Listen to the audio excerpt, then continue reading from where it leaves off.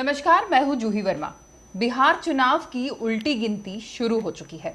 कल यानी कि बुधवार को चुनाव का पहला चरण है, जिसमें 16 जिलों की 71 सीटों पर मतदान होना है।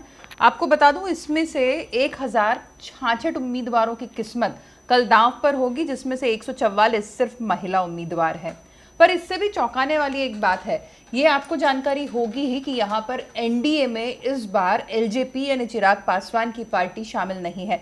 इस बार एनडीए का मतलब है JDU plus BJP plus HAM यानी हिंदुस्तानी अवाम मोर्चा और वीआईपी।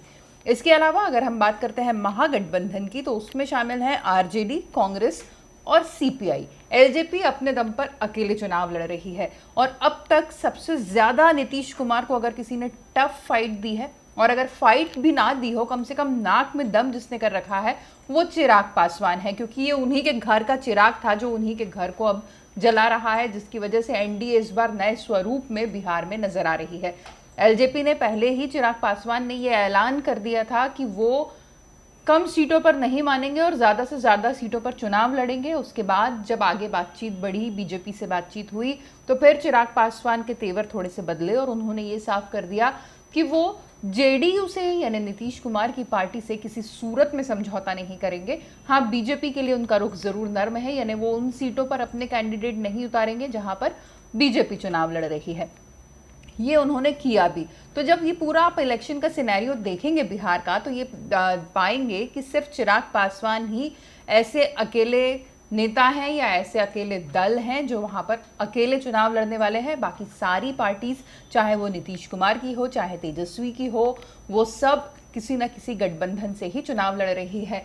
और इससे भी ज्यादा अहम बात यह है कि चिराग पासवान की पार्टी यानी अकेले चिराग पासवान इन सब पर नंबर, सीट जितने नंबर इन्होंने लिए हैं उन सब पर भारी पड़ती जा रही है। अगर हम एनडीए को पूरा एक जोड़ के देखें, यानी नीतीश और बीजेपी और बाकी तमाम पार्टियों को, तो ये सब 71 सीटों पर लड़ रही हैं। इसी तरह से महागठबंधन यानी जो तेजस्वी की पार्टी है और कांग्रेस है, वो भी पूरी 71 सीटों पर चुनाव लड़ रही है जो पहले चरण में होने हैं। इस नाते तो चिराग कुछ आपको पीछे नजर आएंगे, पर अगर आप इंडिविजुअल पार्टीज देखेंगे तो पता चलेगा कि सबसे ज्यादा सीटों पर चिराग पासवान की पार्टी ही चुनाव लड़ रही है।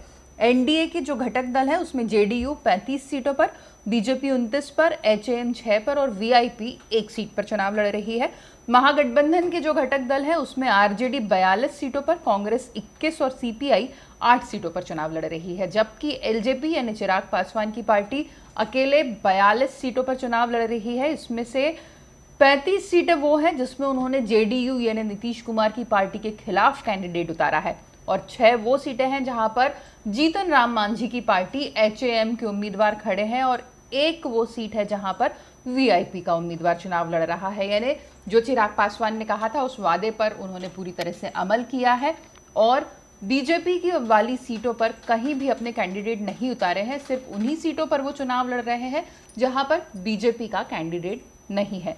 तो इस लिहाज से देखा जाए तो चिराग के जो इरादे हैं, जो राजनीतिक संकल्प लेकर निकले हैं और दमदारी है, सबसे ज्यादा 71 सीटों पर उन्होंने ही दिखाई है। और ये बड़ा निर्णायक फेज होगा बिहार का, जिसका वोटिंग पैटर्न, जिसका क्योंकि अभी कोरोना को भी देखना है, तो वोटिंग पैटर्न, कितना परसेंटेज ऑफ वोट्स हुआ है, वो सब तय करेगा कि आने वाले चरणों में किस तरह की वोटिंग होगी और अब इन पार्टीज को किस तरह की तैयारी करनी है। नमस्कार।